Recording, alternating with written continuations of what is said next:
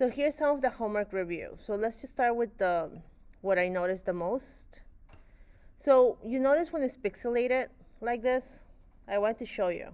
I know we don't have to have the images in these files, and that's fine, but I just want to show you what happens. Let's just say this image was only, you see the little X's that we discussed? It's linked, it's not the file per se, it's not the real, this is what happens. So this was a file from somebody else, and what happened here is that they just dropped the images and they're only linked. So when when I open in my computer, it only previews the link. It doesn't give me the real image.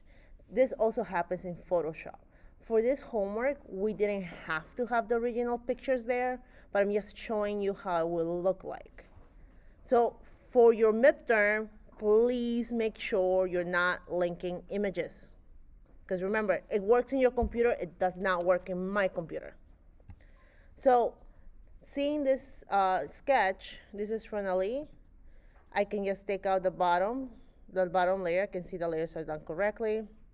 You see how we have some really, like we have these corners right here?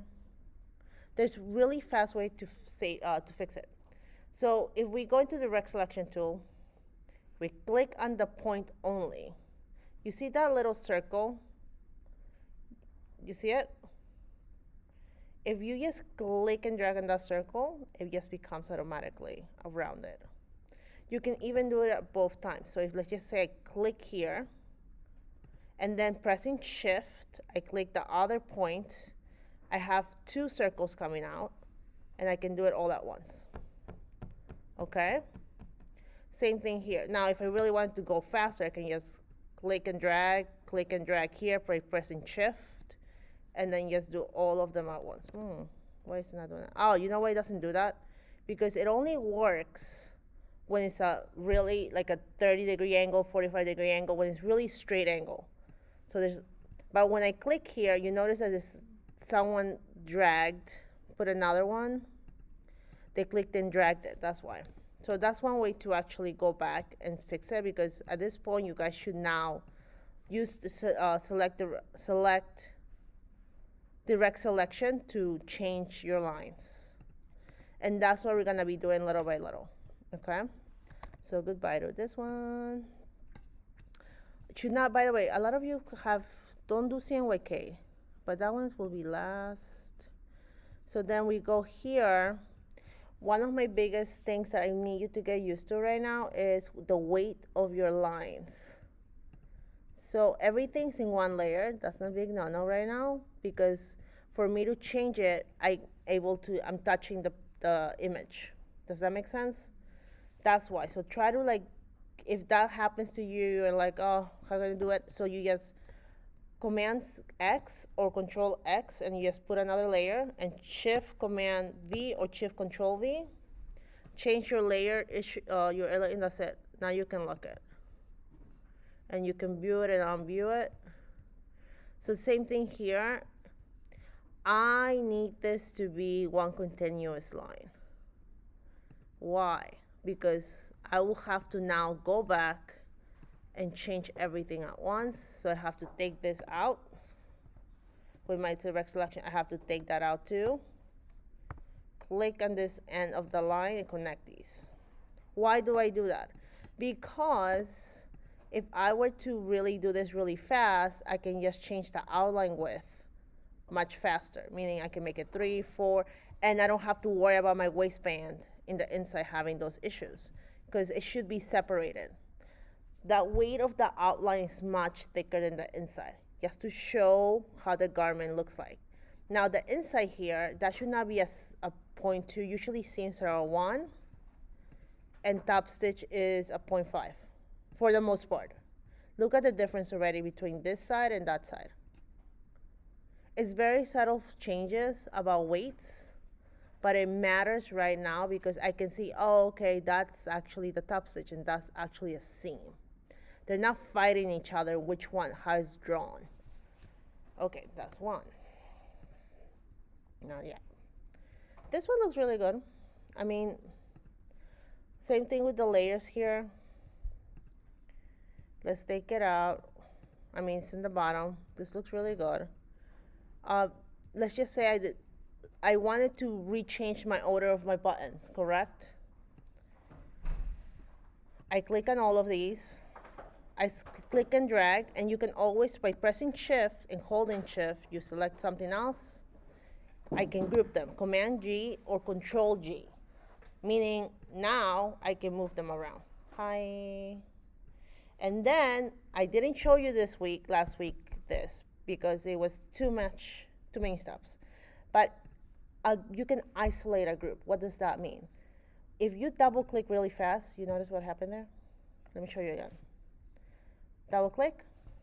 You notice that I'm able now, look, I'm not selecting anything. In other words, if you have groups, you can isolate the screen to only show you that group if you double click it. And you only work within the group. So now I can move this button all the way down without worrying that I'm gonna be selecting the rest of the skirt. And then I select all of them, and I'm gonna just redistribute using my align tools on the top. There you go. And if I wanna get out of the selection, of the isolation, you can see right here, right on the corner, will show you what layer you're in and what group you're in. But I can just press escape. That's it. Done. So goodbye to this. Not that one yet. So this is really cute. Now, so Shannon figured out that you can actually fill the skirt in with a different color now. Because I could notice that some of you had certain issues that your lines look like this. I'm gonna show you. That it had a fill, and you guys didn't know that the line had a fill. So for you to take it out, you see this little X right here? The shortcut for that is the /, by the way. But you can just click on the image, and you can, as long as you close it, it makes it even easier. Okay, so that's one. Goodbyes. Then we have, what is this one that I want to discuss? Okay, so let's just say, let's go to layers. Goodbye. Another thing, direct selection tool. I'm expecting for you guys to select it and move things about. I don't want gaps. Look at what the difference. I know it's tiny sections like that, but they do make a difference, because a lot of the flat sketching we're gonna do, and actually most of the flat sketching that you do in fashion design, is very technical. So when you pass this to somebody, they need to understand how you want them to make it. So if they're gapped or there's something that's not clear, they're gonna be asking you, what is that? Okay? So that's one. Now for the other one, I think Spady here did a little more advanced. And one of the things she asked me was like, how do I change the colors of my buttons, correct? Now, nothing's grouped. I'm not saying that it's a bad thing. I'm just saying there's ways to go about changing things really fast. So from the get-go, we can see that we have guidelines. Now, those guidelines are distracting me. Maybe it might distract you, because sometimes you don't want to see things with a guideline. So what you have to do is go to View, go to Guides, and you can either clear, if you only clear guides if you don't need them ever again, you don't want to use them ever again. But for now, I just want to hide the guides. So whenever I want them back, I can just have them. So right now, I want to change the color. But first, there's a few ways to go about it. So first, I'm going to show you one way, which is grouping, Command G or Control G.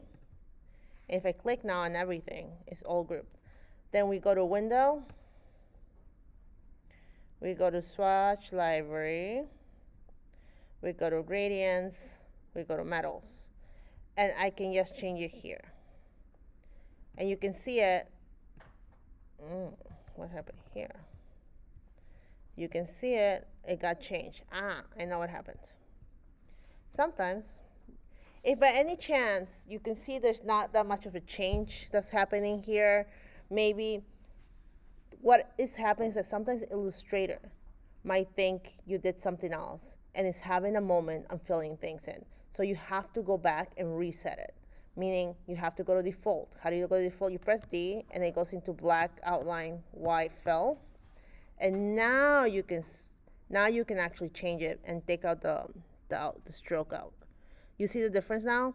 What happened, I think, chances are, Spady, what was happening when you're clicking, Illustrator was having a moment. So you have to understand that Illustrator, it's like previewing your work. So you kind of have to sometimes go back to the very beginning of just very basic black and white fill in order for you to change it. The good news is, where did it go? I thought I had it. Anyways, so if we go to gradients, metals, again, oh, there it is. Let's change it to here. Okay. Believe it or not, Illustrator lets us play with the gradient, meaning if you go into your gradient palette right here on this side, you see it? The one that I'm doing? If you don't see it, go to Window, go to go to Window, go to Gradient. Do you see right here those little dots? And you can change your gradient to be whatever you want. Meaning, look, I just changed my gradient. I can take out the brown. I can actually change how do I want it to shine. I can even go, if I double click on the little color, I have other options to change the color if I wanted to. Maybe I want it to be pink or red. You understand? You can even take, instead of creating your own gradient all the time, you can just take the ones that they already have and just change the color palette, okay? That's one thing. Now the other way, let's just say, oh, I don't know. Like, let's just say you don't want to group everything. Some of these things are here, some of these things are over there. Like, there's different points everywhere around your artwork. What do we do in that case? Illustrator has a wand, but it's not based on pixels. It's based on the line of things, what the stroke is, and what the fill color is. So there is a wand. So you go to the wand, which is Y for one. W is for, this is one of the few times that the shortcuts are different. So W is for Photoshop, Y is for Illustrator. If you go here and I click on it, look what happens automatically. All of the fill that is this ombre is getting selected. Same thing here. And let's just say I have like few objects of this blue. Then I want to do the wand, selects everything that's in that blue. That's the general idea. But let's just face it, if I were to do this, actually, no. Let's just put it this way. I can go even to the stroke of things. So if I were to go one, double click on the one, and you see it right here. You fill color, and it gives you a tolerance. No, I don't want a tolerance for fill color, nothing. What I want to know, I want everything that's this weight of stroke to be selected. I just go stroke weight, tolerance, not even 5 points, no tolerance. Yes, maybe 0 points.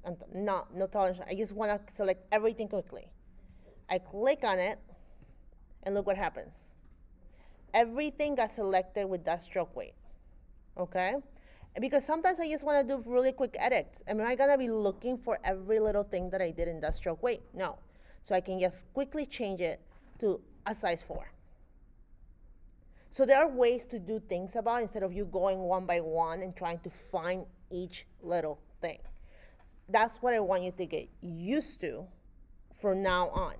Try to look for the shortcuts because no one's gonna wait for you to look at big sketches sometimes, because most of the sketches you're gonna be doing in the fashion industry is not even 1 or 2. Sometimes you have to do collections of 60 styles at minimum, usually. And then there's colorways of those each styles. And usually those colorways are around between 3 to 5. So you need to figure out how to change everything all at once, because let's just say somebody decided that the yellow that they like is not the right Pantone. It needs to be changed to a new Pantone. Okay? And that's why the one is really good. Okay. So